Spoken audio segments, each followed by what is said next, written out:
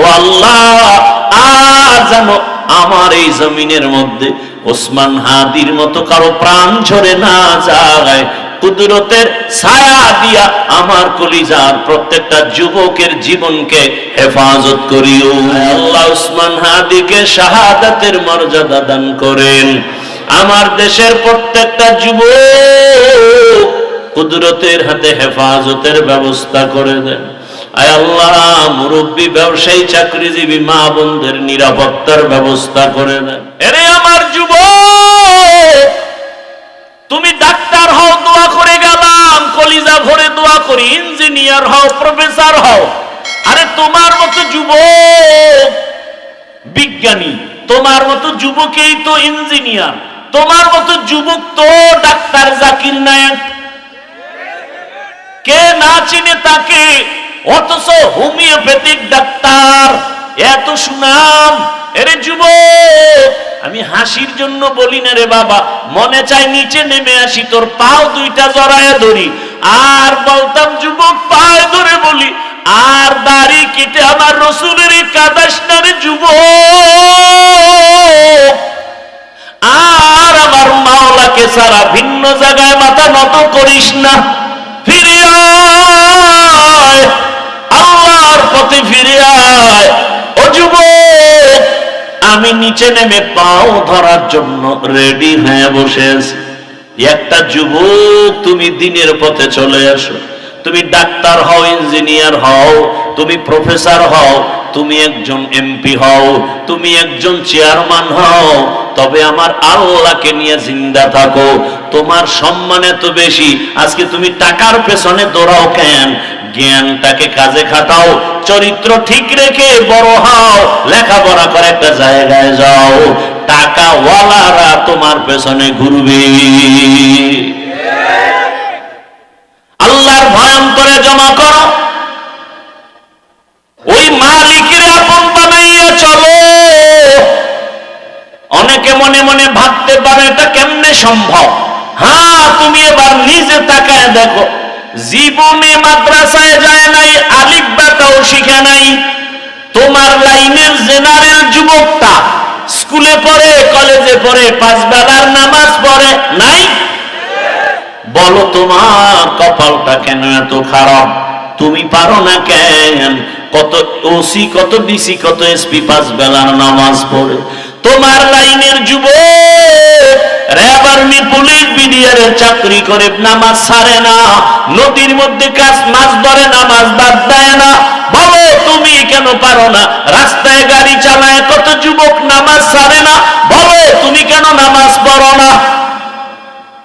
আমার মন বলে তোমার কপালটা পুড়িয়ে গেছে, তাড়াতাড়ি তওবা করে নাও। কয়দিন আর বাঁচবা?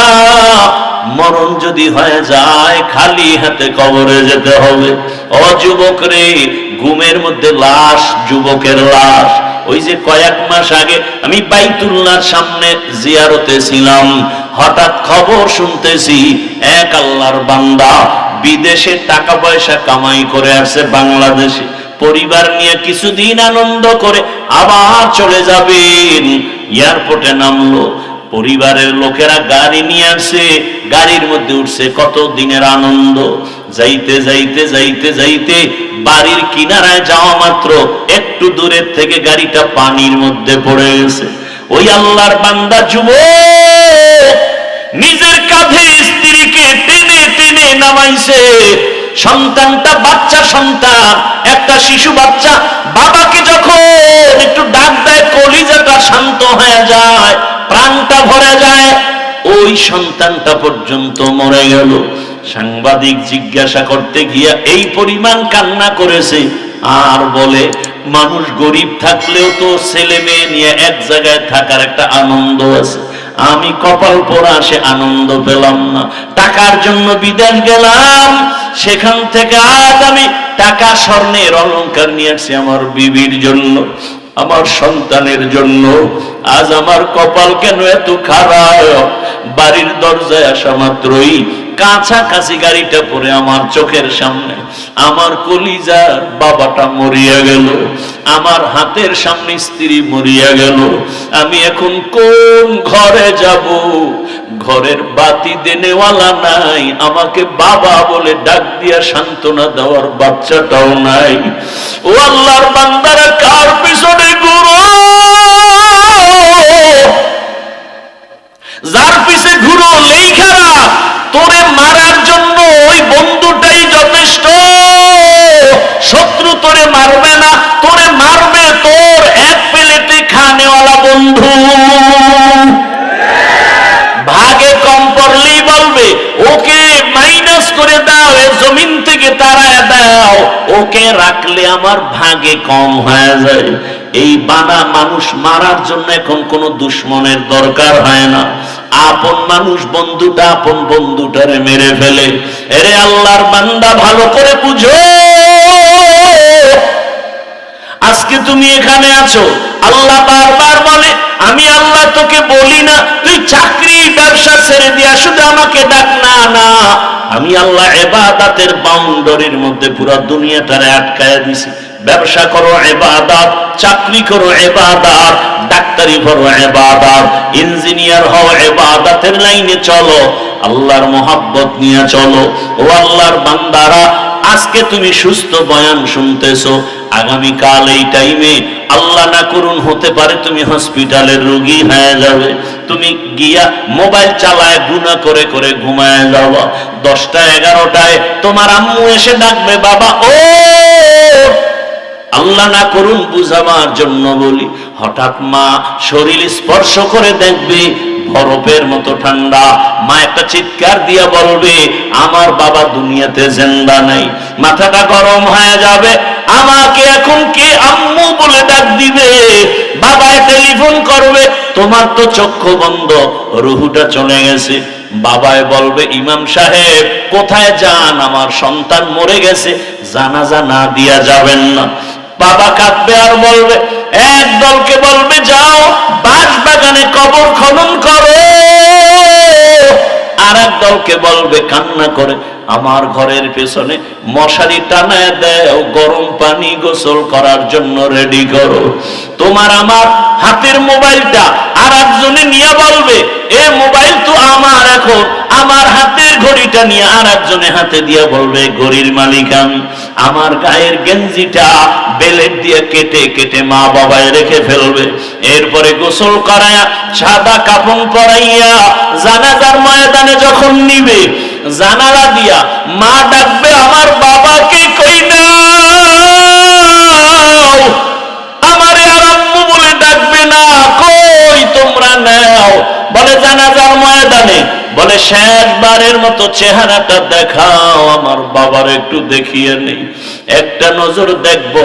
জানাজা পড়ায় কবরে নিয়ে যাবে, ওই কবরে পাড়ায়া মাটি দিয়া সব যখন বিদায় হয়ে যাবে, কেউ নাই। আজ আমার ডানে বামে সামনে পেছনে কত বন্ধু কত ভক্তের অভাব নাই। আমি মরে গেলে কবরে রেখে সব যখন বিদায় হবে, আরে অন্ধকার রুমে আমি ঘুমাইতে পারি না, কোন অনেক ভয় লাগে, অথচ মাটির ঘরে আমি একা কেমনে থাকবো রে বাবা। ওই কবরের সম্বল যদি ইবাদত না নিয়ে কবরে যাও, আরে আমার আল্লাহর পক্ষ থেকে ফেরেশতা 3টা প্রশ্ন করবে, রবের পরিচয় দাও, ধর্মের পরিচয় দাও, রাহমাতুল লিল আলামিনের পরিচয় দাও। এই 3টা প্রশ্নের জবাব যারা দিতে পারবে তাদের কবর হবে রওজাতুম মির রিয়াজিল জান্নাহ। আর যারা প্রশ্নের জবাব দিতে পারবে না, আল্লাহর পক্ষ থেকে অর্ডার হয়ে যাবে, ও ফেরেশতা এই নাফরমানকে আমি দুনিয়াতে কম নিয়ামত দেই নাই, আমি আল্লাহ কোনোদিন বাধাও দেই নাই, আমি আল্লাহ অনেক ছাড় দিয়েছি, নামাজ পড়ে নাই, রোজা রাখে নাই, আমি আল্লাহ একবারও রাগ করি নাই, খানা বন্ধ করি নাই, বাতাস বন্ধ করি নাই, বরং আমি আল্লাহ পাক মোহাব্বতের নজরে বারবার ডেকেছিলাম। সে নামাজও পড়ে নাই, আলেমদের বয়ানও শুনে নাই, তওবাও করে নাই। আজকে আর কোন সুযোগ দেওয়া যাবে না। রহমতের নবী বলেন আল্লাহর পক্ষ থেকে অর্ডার হয়ে যাবে, আল্লাহ বলবেন জাহান্নামের আগুন কবর ভরে দাও, কুদরতি আওয়াজ। আল্লাহ বলবে কবরের মাটি দুই পার্শ্ব থেকে গুনাহগার বেনামাজিরে জোরে জোরে চাপ দাও। কবরের মাটি এত জোরে চাপ দিবে পাঁজরের হাড় চুরমার হয়ে যাবে। আম্মা জান আয়েশা রাদিয়াল্লাহু আনহা বলেন, আমি দেখি রহমতের নবী আমার রুমের মধ্যে বসে বসে গুনগুন করে কান্না করেন। ইয়া রাসূলুল্লাহ, আপনি কাঁদেন কেন? বলে, আয়েশা, আমার উম্মতের কথা মনে পড়েছে, হাসরের মাঠে কি উপায় হবে। সূর্যের গরম বড় ভয়ঙ্কর। সূর্যের গরমে মাটির জমিনটা হবে তামা, মানুষের মাথার মগজগুলো ভাতের মারের মতো ফুটতে থাকবে। এরে আল্লাহর বান্দা, নারী পুরুষ সবাই থাকবে উলঙ্গ।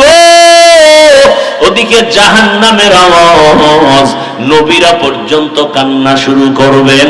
ও আমার যুবক বাবারা, ও পর্দার আড়ালের মা বোনেরা, ও বৃদ্ধ বাবাজি, আল্লাহর কোরআন থেকে বলছি, রসুলের হাদিস থেকে বললাম, রে বাবা, যদি তোমার অন্তর বলে কোরআন সত্য, গুনাহ নিয়ে কবরে গেলে হাসরে গেলে তোমার আযাব ভুগতে হবে, তাও সত্য।